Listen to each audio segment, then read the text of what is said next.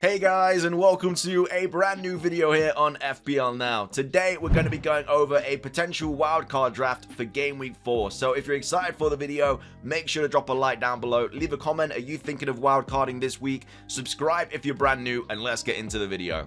So, starting things off, I just want to reiterate the fact that I'm not actually home at the moment. I'm recording this video Monday morning, and it's probably going to go up like Tuesday or something. So I'm actually recording this before the Liverpool United game, and obviously I've got Liverpool players in this draft. So if there are any injuries or anything like that, then of course they won't be in the final wildcard draft. But either way, I just wanted to kind of let you guys know that, yeah, I am away until like the end of the week. So either way, going into the goalkeepers, we have Ward and Sanchez in goal.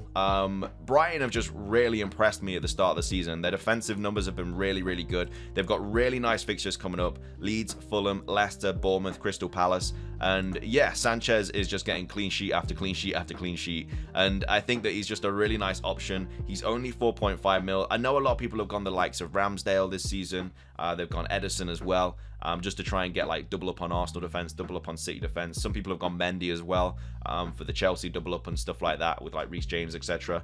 But I think Sanchez is definitely a player to just kind of consider. If you do need some extra money and you do want to be upgrading someone else in your team, I think downgrading an Edison to a Ramsdale into Sanchez, I don't think is the worst option, which, you know, is a bit weird, like downgrading from the City like or Arsenal defense to Sanchez. But I think if you, as long as you already have another City player, another Arsenal player or something, as long as you have one player in that defense, because a double up can sometimes go bad. Like look what happened this weekend. Chelsea lost 3-0 to Leeds, so people that doubled up on Mendy and James, or James and Cucurella, they obviously didn't get many points. People that doubled up on City defense, the likes of Walker and Cancelo, or Walker and Edison, or Cancelo and Edison, whatever, that obviously fired back as well. Like these things can happen with double up defense, especially with what's happened with Liverpool as well, with like Trent and Robbo and stuff. They've been getting like clean sheets wiped and stuff. It's just kind of what happens. So I think as long as you have, you know, definite Liverpool defense, Chelsea, City, and Arsenal, and maybe like Tottenham as well with like Perisic or something, I think it is okay to have a keeper like Sanchez in goal. And again, they've got really nice fixtures coming up, and it just allows you to have money elsewhere in your team. So for in goal, we've gone for Ward and Sanchez. The back line is Saliba, Walker, James, Trent, and Cancelo. I have gone double City defense just because they do have the best defense in the league. I know they just conceded 3 against Newcastle, but their fixtures are the best out of all the top teams coming up, and they just do have the best defense in the league. So that's why I've gone Walker and Cancelo. Walker is not going to lose his spot. It doesn't look like City are going to be bringing in any other fullbacks and stuff. Cancelo is obviously not going to lose his spot. Ake is injured, so that is someone that could play like left back or something. So yeah, for a Kyle Walker owner now, you've got absolutely nothing to worry about, and he is just the cheapest way into that City defense. He's cheaper than Edison, cheaper than Cancelo. He's obviously not as cheap as like Ake and stuff and Stones, but he is the cheapest, most nailed City defender in my opinion. Like even Diaz was benched this week as well, which was really interesting. But either way, double City defense. We've gone Saliba as well over the likes of Gabriel, Zinchenko. I think it's just his place to lose now. We were just kind of worried that, you know, once Tomiyasu came back, then Ben White would move from left back to centre back, and Tomiyasu would regain that left back position. But he's back now, and Saliba is still starting at centre back, Ben White on the left. And I just think, especially after his goal at the weekend, it's just his place to lose now. He's the cheapest way into that Arsenal defence. He's cheaper than Gabriel, Zinchenko, Ramsdale, 4.6 mil. He's playing really, really well, especially for how old he is as well. And they've just got really nice fixtures coming up. So I wouldn't even be against an Arsenal double up as well if you wanted to go like Gabriel, Zinchenko as well, instead of like Walker or something. But either way, Saliba, cheap way into that Arsenal defense, 4.6 mil. He's probably going to have another price rise to 4.7. So if you are thinking of wildcarding and you do want to bring Saliba in, I'd probably do it earlier on that lot, like rather than later. But yeah, I think that he's probably the best kind of Arsenal defender you can have at the moment for that price point. And then yeah, obviously James and Trent, I think they just should still be staples in the team no matter what. Their numbers are just so good. James's XG is incredible. James and Trent's is obviously assist potential is through the roof. So that's the back line. I really like that back line as well, but again, you could change it a little bit if you did want to bring in a Zinchenko instead of Saliba or whatever, if you did want a little bit more of an attacking threat down the wing and stuff. But I don't think there's anything wrong with having Saliba in your team. Cheap, way into that Arsenal defense. Really like him as a player. In midfield, we have Martinelli, Reed, Salah, Rodrigo, and Andreas Pereira. Reed could really just be any 4.5 mil midfielder, but there's not really that many. Andreas Pereira is obviously the best one, but I think there's also like a Southampton player as well that came from City. I can't remember his name for the top of my head, but that's another 4.5 midfielder that you could think about having in your team. But either way, we've got Martinelli, Salah, and Rodrigo. Rodrigo, I just think, you know, he's surprising everyone. Could be on penalties now as well, with obviously Bamford being injured. Yeah, he's just ticking over with points. And now they've got Brighton, Everton, Brentford, and Norwich and Forest. Obviously, the Chelsea game, for a lot of people that brought him in against that Chelsea game, like, hats off to you. I definitely didn't think that was a very good fixture to bring him in on, but, you know, clearly showed me. I think the Brighton game might be tough as well, though. Brighton away, again, Brighton have been so good at the back this season. But then after that, Everton, Brentford, Forest, you know, I think he could just definitely get a few points under his belt there. So, yeah, Rodrigo is there, just simply because, you know, he's just... The fixtures are really good for Leeds, could be on penalties, and yeah, just playing really good football at the moment.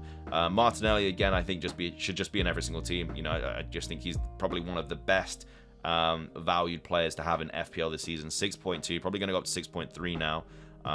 Is he 6.3 or is he 6.4? I don't even know. He's 6.4 now. Sorry, I've got him on 6.2 because I started the season with him. He's going to go up to 6.5.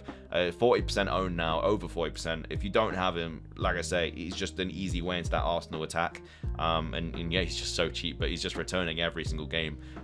So yeah, really good option. If you have Saka instead, might be the time to get rid of him and then downgrade to a Martinelli. It gives you extra money elsewhere, or just move Saka onto another 8 mil midfielder like Diaz, or try and get Kulusevski in or something like that.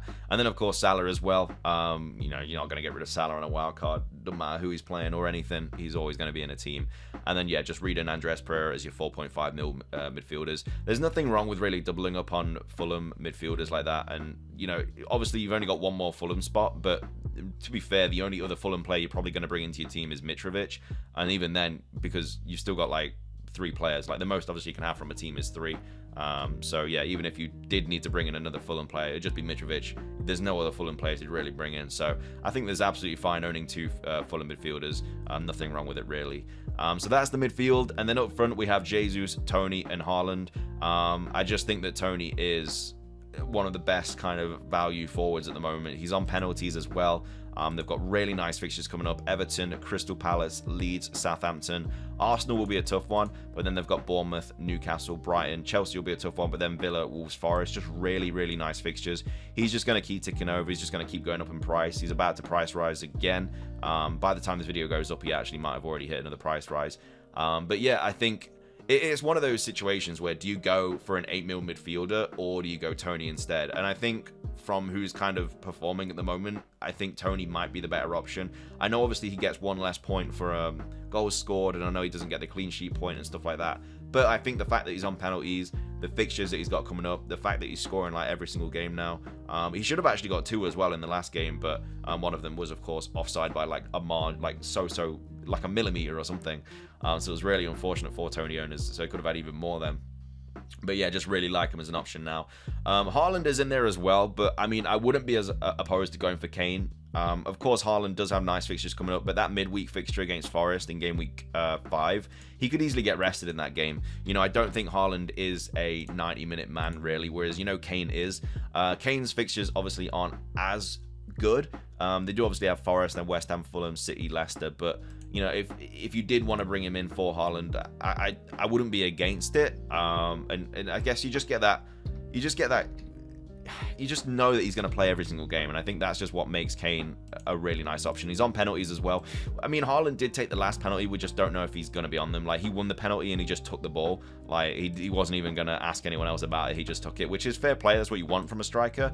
But if he doesn't win it, is he then going to get the penalty as well? But who knows? But yeah, Haaland, Kane. Obviously, Haaland is a bit more expensive. The only problem is, obviously, if you go from Haaland to Kane, you can't really go back from Kane to Haaland because they're not the same price. And then obviously Jesus as well, again, should just be another staple in everybody's team. He's just such a good player. And again, should have scored again in the last game against Bournemouth, but unfortunately was offside by like the littlest bit as well. But either way, that's my wildcard draft for game week 4. I quite like it, to be fair. I think it's got pretty much all the most kind of like sought after players at the moment. You know, you've got your Arsenal defense in there, you've got double City, you've got Chelsea, you've got Liverpool, you've got Brighton defense in as well, which of course has been really good. You've got your Arsenal midfield, Sally, yeah, and I really like the up front as well. So yeah, I quite like this this team. But either way, that is going to be everything for today's video. If you did enjoy, make sure to drop a like down below. Leave a comment. Are you thinking of wildcarding anytime soon? Subscribe if you're brand new. That's everything from me, though. Have a fantastic rest of your day. And until next time, peace.